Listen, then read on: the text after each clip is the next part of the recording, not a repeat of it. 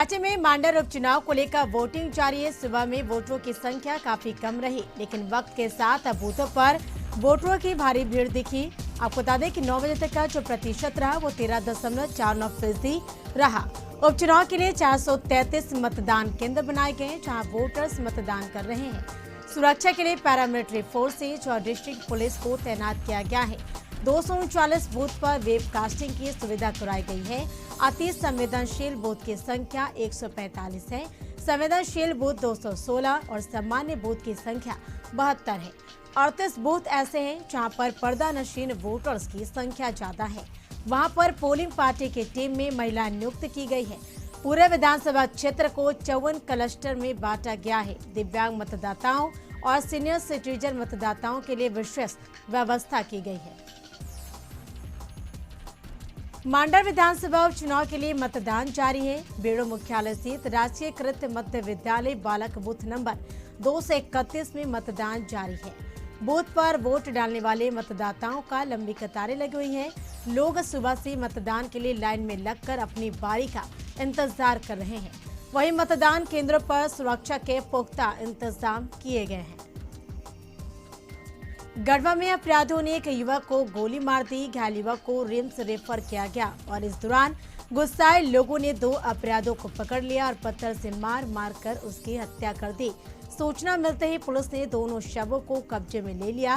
Police के वरीय पदाधिकारियों के निर्देशन में पुलिस इस घटना की बारीकी से जांच कर रही है। पटना के राजीव नगर में जमकर गोलीबारी हुई। राजीव नगर थाना क्षेत्र के नेपाली नगर में अपराधियों ने अंधाधुंध फायरिंग कर 2 लोगों को गोली मारी। सूचना के बाद पुलिस मौके पर पहुंची और मामले की जांच में जुट गई। पुलिस का कहना है कि मामले की जांच की जा रही है। घायल को निजी नर्सिंग होम में भर्ती कराया गया है। इस मामले में पुलिस सीसीटीवी फुटेज खंगालने में जुटी है। मुख्य सचिव आमिर सुबहानी ने सभी विभाग अध्यक्ष को पत्र लिखकर कैबिनेट के लिए भेजे जाने वाले प्रस्ताव में कई त्रुटि होने पर चिंता व्यक्त किया है। मुख्य सचिव ने प्रस्ताव के स्वीकार नहीं किए जाने और वापस लौट आने जाने के मामले पर गंभीर चिंता व्यक्त करते हुए अधिकारियों को कई निर्देश जारी किए हैं। निर्देश में कहा गया है कि एक संचिका में एक ही प्रस्ताव भेजें और प्रस्ताव का संदेश स्पष्ट होना चाहिए। तो वही प्रस्ताव में सभी तरह के जरूरी कागजात होनी चाहिए। तो मुख्यमंत्री हेमंत सोरेन का लातेहार दौरा, प्रमंडल स्तरीय बिरसा किसान समारोह, ऋण वितरण, मेगा शिविर कार्यक्रम आयोजित किए गए हैं।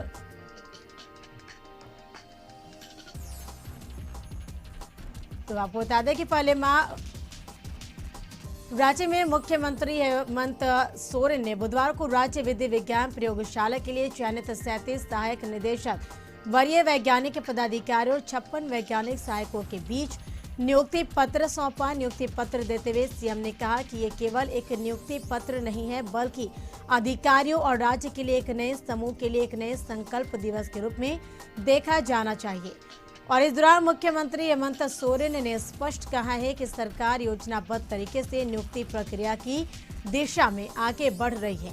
मुख्यमंत्री हेमंत सोरेन ने कहा कि उनकी सरकार राज्य के 5 प्रमंडलों में राज्य विधि विज्ञान प्रयोगशाला की एक इकाई बनाने का काम करेगी। नामकुम स्थित राज्य विधि विज्ञान प्रयोगशाला के अतिरिक्त प्रमंडलों में प्रयोगशाला बनाई जाएगी। सरकार ने 12,000 अवर स्तर के अलग अलग पदों पर नियुक्ति के लिए कार्मिक को अधियाचना भेज दी है और बहुत जल्द 40,000 पदों पर नियुक्ति प्रक्रिया शुरू की जाएगी। इसी दिशा में राज्य विधि विज्ञान प्रयोगशाला में डीएनए, फॉरेंसिक लैब, नार्कोटिक्स जैसे कामों के अधिकारियों की नियुक्ति की गई है। कार्यक्रम में इस दौरान मुख्य सचिव सुखदेव सिंह, डीजीपी नीरज सिन्हा, मुख्यमंत्री के सचिव विनय चौबे, गृह सचिव राजीव अरुण एक्का सहित कई आला अधिकारी उपस्थित थे।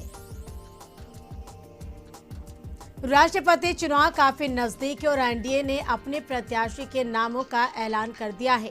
झारखंड के पूर्व राज्यपाल द्रौपदी मुर्मू को भारतीय जनता पार्टी ने राष्ट्रपति का उम्मीदवार बनाया है। उधर राष्ट्रपति के उम्मीदवार के नाम की घोषणा होते ही ओडिशा सहित पूरे झारखंड में खुशी की लहर दौड़ गई है।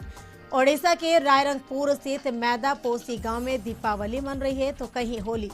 रायरंगपुर के मैदापोसी गांव के रहने वाले आदिवासी महिला को राष्ट्रपति का उम्मीदवार बनाया गया है, जिसके बाद उनके घर पर बधाई देने वालों का तांता लगा हुआ है। बुधवार सुबह से द्रौपदी मुर्मू के आवास पर लोगों की भीड़ लगी है। गांव के लोग बधाई देने पहुंच रहे हैं तो भारतीय जनता पार्टी के कार्यकर्ता भी बधाई और शुभकामनाएं देने पहुंच रहे हैं। वहीं द्रौपदी मुर्मू अपने गांव के मंदिर भी पहुंची और उसके बाद उन्होंने वहां पूजा अर्चना की। विधानमंडल के मॉनसून सत्र को लेकर दलीय बैठक हुई। विधानसभा अध्यक्ष विजय सिन्हा की अध्यक्षता में आयोजित इस बैठक में सभी पार्टियों के नेता शामिल हुए। जेडीयू की ओर से संसदीय कार्य मंत्री विजय चौधरी, मंत्री विजेंद्र यादव, मंत्री श्रवण कुमार, बीजेपी की तरफ से दोनों डिप्टी सीएम, आरजेडी की तरफ से ललित यादव, कांग्रेस की तरफ से विजय शंकर दुबे समेत वाम दलों के नेता भी मौजूद रहे। बैठक में सत्र को सुचारू रूप से चलाने पर सहमति बनी। तो वही विधानसभा स्पीकर विजय सिन्हा ने कहा, सत्र सुचारू रूप से चले, इसको लेकर सभी दलों के नेताओं ने आश्वासन दिया है। मंत्री श्रवण कुमार ने कहा कि सत्र सुचारू रूप से चले और जनता के मुद्दों पर चर्चा हो। हम सभी यह चाहते हैं, सरकार हर सवाल का जवाब देने को तैयार है। तो आरजेडी विधायक और विधानसभा में विरोधी दल के मुख्य सचेतक ललित यादव ने कहा कि मानसून सत्र छोटा है, लेकिन जनता के मुद्दे को उठाना हमारी प्राथमिकता है। हेमंत सोरेन मुख्यमंत्री ने एनडीए के राष्ट्रपति पद के उम्मीदवार द्रौपदी मुर्मू के बारे में पत्रकारों के सवाल पर कहा कि द्रौपदी मुर्मू के समर्थन पर फैसला पार्टी करेगी। देश में होने जा रहे राष्ट्रपति चुनाव के लिए बीजेपी ने द्रौपदी मुर्मू को अपना उम्मीदवार बनाया है।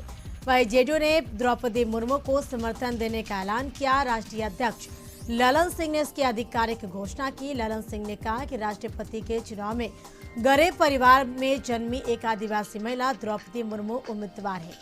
बिहार के माननीय मुख्यमंत्री नीतीश कुमार सिद्धांतता महिला सशक्तिकरण और समाज के शोषित वर्गों के प्रति समर्पित रहे हैं। जेडीयू उनकी उम्मीदवारी का स्वागत एवं समर्थन करती है। झारखंड के प्रथम मुख्यमंत्री विधायक दल के नेता बाबूलाल मरांडी ने एनडीए की तरफ से राज्यपाल द्रौपदी मुर्मू को उम्मीदवार बनाए जाने पर उन्हें ढेर सारी बधाई दी है। साथ ही झारखंड के मुख्यमंत्री हेमंत सोरेन से भी आग्रह किया है कि संथाल के रहने वाली एक आदिवासी महिला जिनका झारखंड से भी नाता रहा है, उन्हें अपना समर्थन दे। विधान परिषद में बैठक का आयोजन किया गया, जिसकी अध्यक्षता विधान परिषद के कार्यकारी सभापति अवधेश नारायण सिंह ने की और इस बैठक में संसदीय कार्य मंत्री विजय चौधरी, बीजेपी से दिलीप जायसवाल, आरजेडी से रामचंद्र पूर्वे, जेडीयू से गुलाम गौस और कांग्रेस से प्रेमचंद मिश्रा सहित कई और सदस्य शामिल हुए। विधान परिषद के सभापति ने सभी सदस्यों से सदन को सुचारू रूप से चलाने की अपील की। उन्होंने कहा कि इस पर सहमति दी है और यह मानसून सत्र सुचारू रूप से चलेगा। तो कांग्रेस एमएलसी प्रेमचंद्र मिश्रा ने शिक्षा को लेकर विशेष बैठक बुलाने की अपील की है।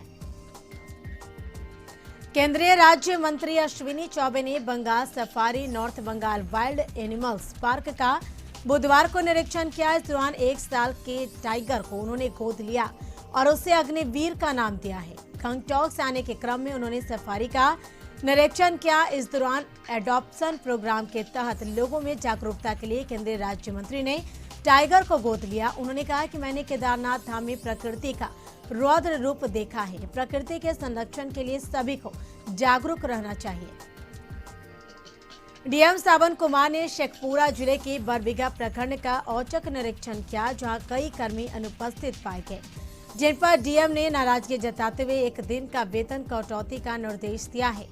डीएम सावन कुमार प्रखंड कार्यालय के साथ साथ आरटीपीएस काउंटर, अंचल कार्यालय, मनरेगा कार्यालय सहित अन्य कार्यालयों का निरीक्षण किया, जहां कागजों की जांच की, जहां राशन कार्ड, पेंशन सहित कई लाभों का आवेदन लंबित पाया गया, जिस पर डीएम ने एमओ और पीओ आरटीपीएस कर्मी का वेतन निकासी पर रोक लगा दिया है। बंगाल सीमा से सटे बिहार के कटिहार जिला में पशु तस्करी का खेल जारी है। पशु तस्कर बॉर्डर से सटे इलाकों में तस्करी पुलिस के नाक के नीचे करते हैं। रात के अंधेरे में ट्रकों में मवेशियों को बिहार के सीमा पर यानी सीमा पार मालदा जिला के कुमैदपुर बंगाल तक पहुंचा दिया जाता है। वहीं कटिहार पुलिस ने कदवा थाना क्षेत्र के सागरथ के पास इस मामले में 2 लोगों को गिरफ्तारी के साथ साथ मवेशी लदे हुए ट्रक भी जब्त किया है। वहीं एसपी जितेंद्र कुमार ने कहा कि पशु तस्करों के खिलाफ सख्त कार्रवाई की जा रही है।